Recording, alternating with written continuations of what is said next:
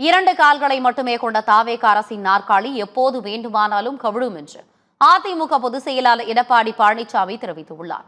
எடப்பாடி தொகுதி மக்களுக்கு நன்றி தெரிவிக்கும் கூட்டத்தில் பேசிய அவர், மக்களுக்கு சேவை செய்ததன் மூலம் விஜய் வெற்றி பெறவில்லை என்றும் திரை கவர்ச்சி மூலம் வெற்றி பெற்றுள்ளதாக தெரிவித்தார்.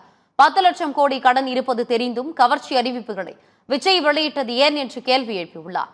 மகளிருக்கு மாதம் 2500 ரூபாய் வழங்க ஆண்டுக்கு 45,000 கோடி தேவைப்படும் என்றும் அந்த அளவிற்கு பணம் எங்கிருக்கிறது என்று வினவியுள்ள எடப்பாடி பழனிசாமி, முதலமைச்சர் விஜய் வெள்ளை அறிக்கை வெளியிட்டு மக்களை ஏமாற்ற பார்ப்பதாக குற்றம் சாட்டினார். இன்றைய ஆட்சியாளருடைய கால் 2 கால் இரவல் கால் திராவிட முன்னேற்ற கழகத்தின் மூலமாக வெற்றி பெற்று அந்த கூட்டணி கட்சிகள் இன்று டிவிகேவுக்கு ஆதரவு கொடுத்து அதனால ஆட்சி அமைச்சிருக்கிறீங்க.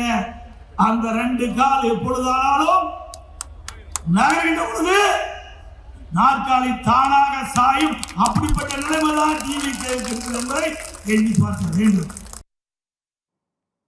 தொடர்ந்து பேசிய எடப்பாடி பழனிசாமி, அதிமுக தீர்ந்து போன கட்சி அல்ல, மக்கள் குறைகளை தீர்த்து வைத்த கட்சி என முதலமைச்சர் விஜய்க்கு பதிலடி கொடுத்தார். எந்த கொம்பனாலும் அதிமுகவை உடைக்க முடியாது என்று தெரிவித்தார். திமுக ஆட்சியை போன்று தாவேக ஆட்சியிலும் சட்டம் ஒழுங்கு சீர்கேடு சந்தி சிரிப்பதாக தெரிவித்தார். 10 தேர்தலில் தோல்வியடைந்ததாக பேசிய முன்னாள் முதலமைச்சர் ஸ்டாலின் தற்போது அவரே தோற்றுவிட்டதாக எடப்பாடி பழனிசாமி தெரிவித்தார்.